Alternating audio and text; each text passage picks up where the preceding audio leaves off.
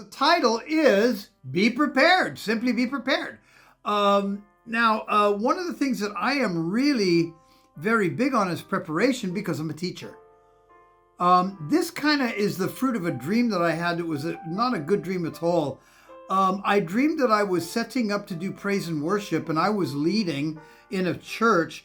And suddenly I found out I couldn't find my cable, so I had to ask someone to get me a cable.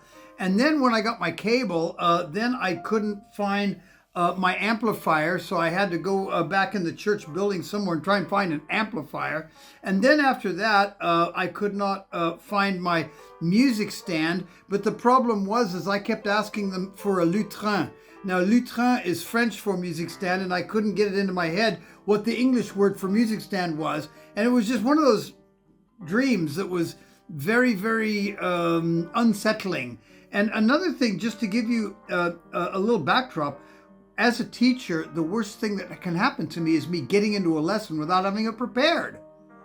Because then you got all those kids in there, and you know what? They know it. They can feel it when you're kind of, when you're not sure of yourself and you're doing funny boy here. They'll get you. They'll get you. You got to know what you're doing. You have to know. So let's read Proverbs 6, verses 6 to 11, and we'll go the whole bit right now. 11. Go to the ant, you sluggard, consider her ways and be wise, which having no captain, overseer or ruler, provides her supplies in the summer, gathers her food in the harvest. How long will you slumber, O sluggard? When will you rise from your sleep? A little sleep, a little slumber, a little folding of the hands to sleep. So shall your poverty come on you like a prowler, and your need like an armed man. Okay, so Solomon wants us to be like an ant? That's kind of weird. Ants were and are considered pests, aren't they? But Solomon sees past that and notices their hardy work ethic and their remarkable organization. Now, what's the first thing that you think of when you have ants in your house? I want them out of there. In Africa, ants are a constant scourge. It's something that you have to go at all the time. I found the best way to combat them was to take some powdered cleanser.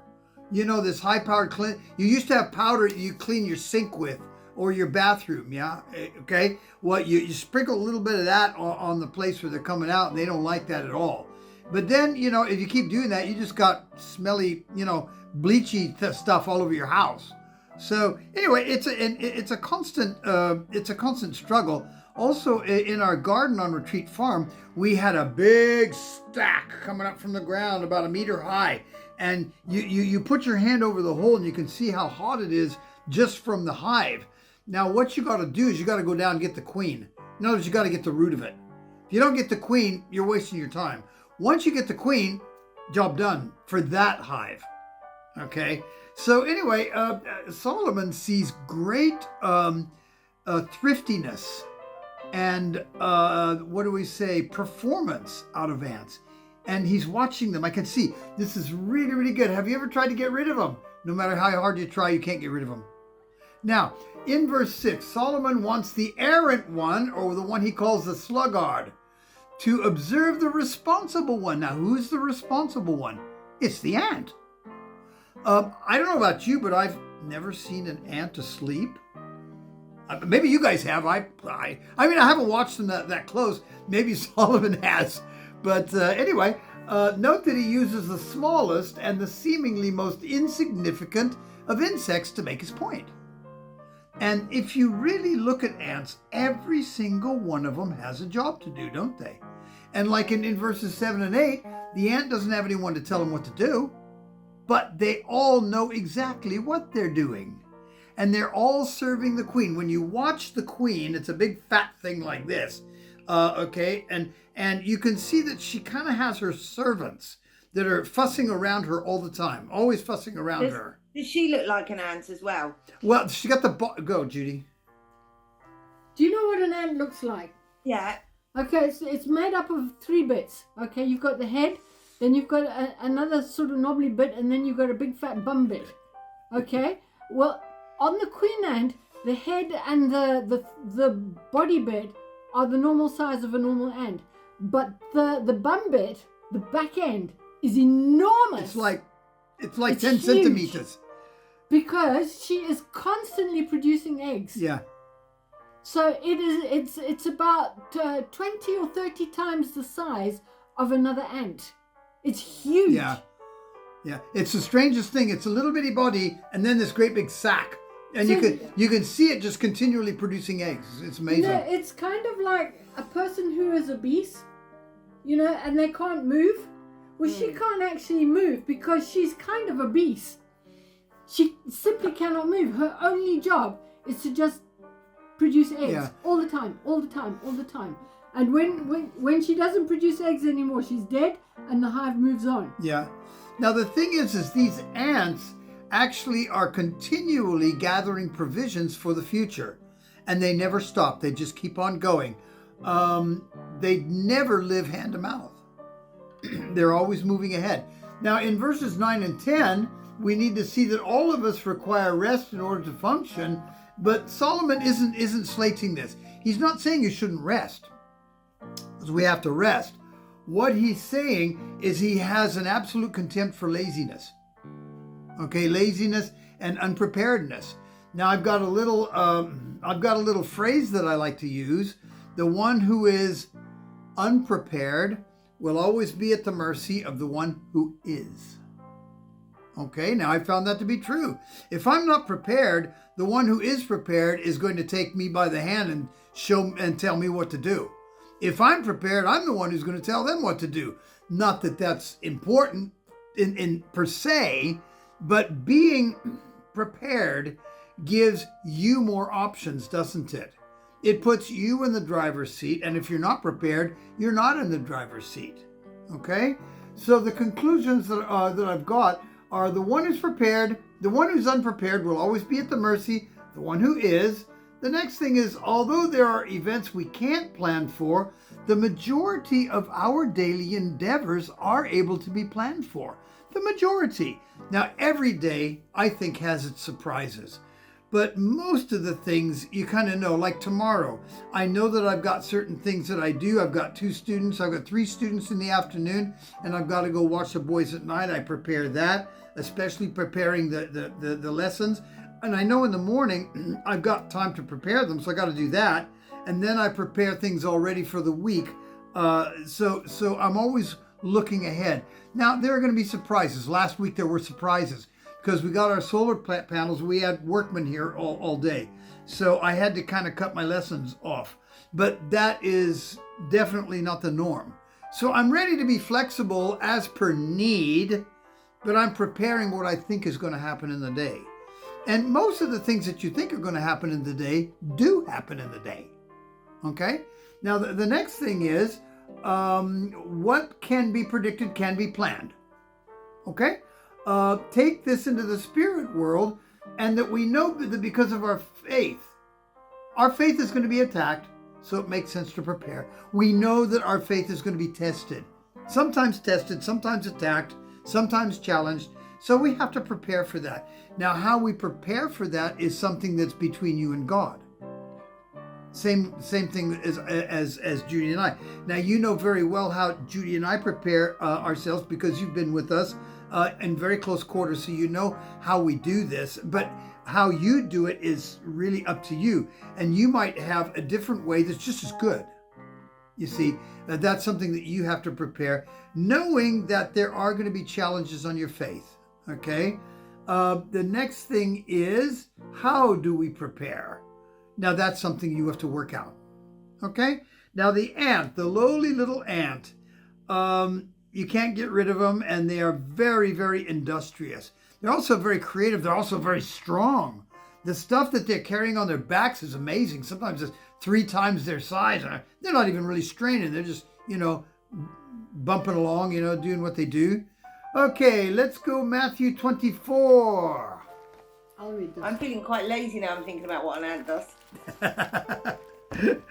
Where do you want me to go from? Go ahead and go 32 to 34. 32 to 44. We don't have and go the whole thing. We don't have a lot to Okay, well, yeah. I'll start with, now learn this lesson of the fig tree. As soon as its twigs get tender and its leaves come out, you know that summer is near. Even so, when you see these things, you know that it is near, right at the door. Truly, I tell you, this generation will certainly not pass away until all these things have happened. Heaven and earth will pass away, but my words will never pass away. Tu t'arrêtes à 38, hein? Vas-y. But about the day and an hour no one knows, not even the angels in heaven, nor the Son, but only the Father. As it was in the days of Noah, so it will be at the coming of the Son of Man. For in the days before the flood, people were eating and drinking, marrying and giving in marriage, up to the day that Noah entered the ark. Okay, now what he's talking about here is something that is absolutely inevitable. Now, I don't like this subject very much, but everything that we have has an ending. My life has an ending. All of our lives has a point where we will no longer exist in this body. And just as Noah, he says, was building the ark very patiently, and he was probably trying to tell people, look, there's going to be a big problem coming up. You might want to join me. And everybody's laughing, we're on dry ground. What a jerk you are. How stupid you are. And then came the time when the Bible says that God closed the door to the ark. And I can imagine that there's all kinds of horrors going on outside, but they did what they prepared. And Noah did what he prepared. So in preparing for our eternity, how do we do this? I believe that we do this in cultivating a relationship with our God now, talking to him, praying, reading the Bible. Now, obviously, we're not going to always be on the mountaintop. Sometimes we're going to have periods where we feel like we don't hear him, or we're going to have periods like we feel like we're not very strong in him. We all have that. It's nothing unheard of. Now, whenever I have those times, I know I doubt me, not him. Okay, I know it's me that's the weakness, not him. I know that he's continually talking to me, and I know that maybe something that I need to do, but I'm always thinking, well, maybe I have to do something different. Now, sometimes that's true, but sometimes it's not. It's been my experience that sometimes God talks to us verbally or revelatorily as per need. Now, anytime that I really need a word from God, he's right there. He never fails. He's always there, right there. This is what it is, okay? As I'm going along, I'm still talking to him and I'm still listening to him, but it's almost like it's little bits here and there. It's small steps, breadcrumbs, if you like. Yeah, good analogy. But we cannot logically expect there to be really powerful, explosive revelations all the time. That's not realistic.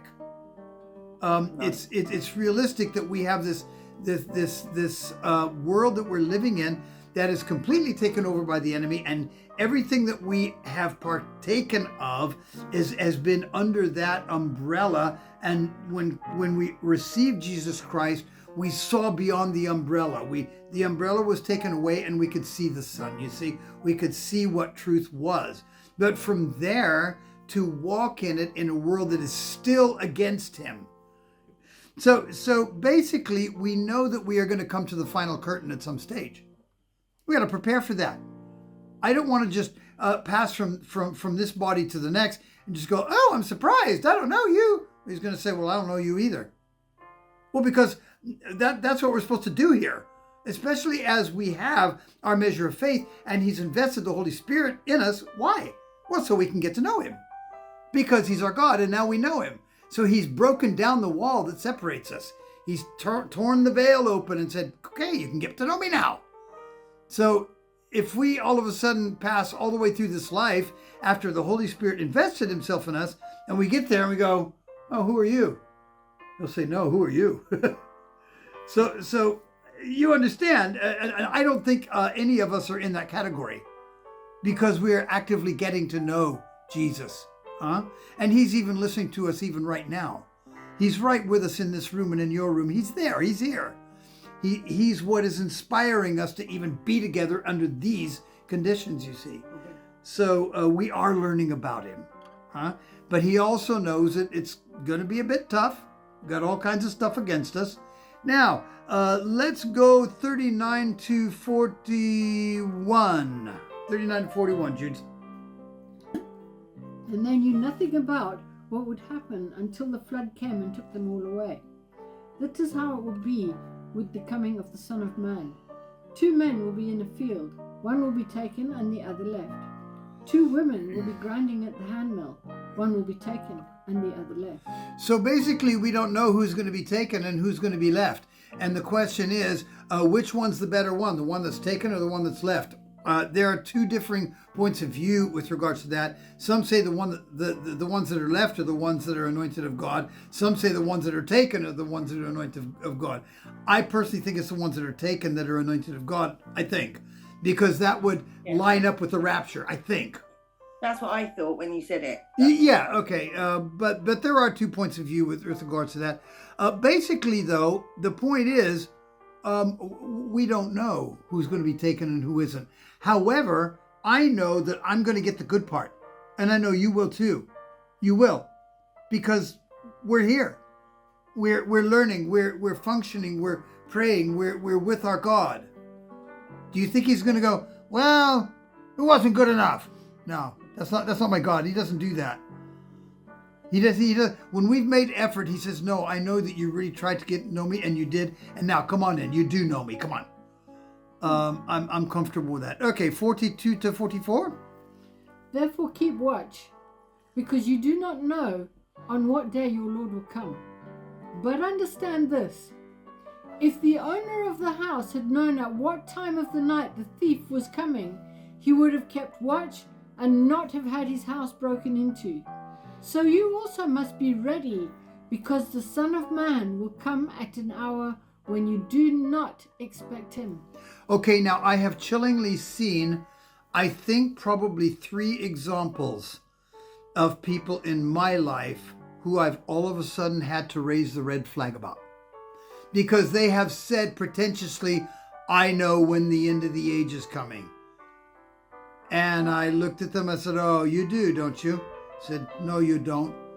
Even Jesus himself says he doesn't know the Father's soul. That's the only thing that only the Father knows, and not even the Holy Spirit and the Son. Nobody knows. And I've seen this, I think, 3 times. And with people I know, not, fly-by-nights. I've heard a lot of fly-by-nights. All you got to do is turn on the internet and you get all kinds of phony sky pilots and funny boys, don't you? Okay, so immediately when they make claims like, I know when it's going to happen, you say, no, you know. Yeah, I turn that person off and I refuse to listen to anything further that they have to say to me. That might sound limiting or judgmental, call it what you will. I'm not going to listen to someone that says that, because that is the height of pretension. Now, the thing is picture yourself in your house. My house I protect in many ways because it's where I live. I have a little dicky lock on my gate. It's tiny like this, and probably you could probably break it with wire cutters, but still it's there. It's something that they'd have to do before they get over my fence. And then I got a pretty good lock on the front door and some locks and stuff. But a determined person's going to get in, but it'd be pretty difficult. I'm going to make it difficult, yeah. So I am prepared to protect my house just like you are. You have certain things that you don't want people coming in and messing with your family and messing with the things that you work hard for. You protect them. That is a form of preparedness. So in a spiritual sense, we have to think of this also. The Lord has invested things in us. He's given us stuff. He's given us revelations. He's given us teachings. Like for instance, I noticed that you came alive right away when I talked about this idea that some people are coming in and saying they know when the end of the age is going to happen today. Okay, you came alive right away. Why? I know that's not true. Yeah. Why? Because you've worked it. Yeah. You've prayed it, you've worked it, you've heard it, you've thought about it, you've reconciled it, you see. Now, so is that not the same thing as protecting your house from a burglar that's going to come and molest your house. See, we also have to be careful not to let people molest our spiritual house. That's probably the most important thing in our lives. In fact, that's how we first met you. Was Yeah. that somebody was trying to break into your spiritual house? Yeah, that's a good point. Very good point. Now, then he says, well, if the person had looked ahead and prepared, he would not have let the burglar come into his house and despoil all of his things. Okay? Same thing in the spirit. We have to protect what God has given us. And listen, we still have a great deal of revelatory things that have to happen in our hearts. I know that, all of us. But there are certain things that we are firm, rock solid on. There are certain things we just know, like what I said just a moment ago, but there are other things. There are certain other things that I know that if I hit upon them and I say something false, you'll go, and it'll happen to you immediately. Why? Because you're trained. Because you've read it, you've prayed it, you've had it revealed to you from the Lord. So you mustn't let anybody break into that. Okay? That's a very, very important point. Now, for this reason, you have to be ready. Be alert. You know, so many times I've said to the Lord, can't I just relax my guard a little bit? No. He says, no. That's the deal. No, you can't.